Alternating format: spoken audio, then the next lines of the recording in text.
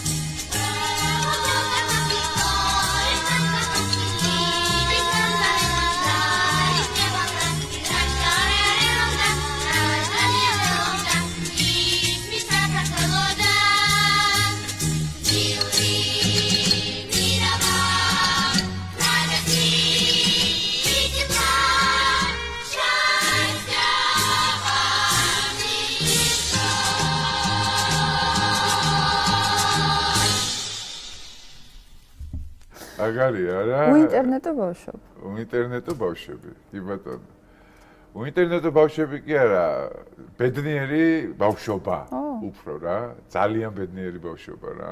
ერთმანეთით გართული. ერთმანეთით გართული. არა სკროლით, არა TikTok-ით, არა რომელიმე სოციალური ქსელით, არა მიმოწერით.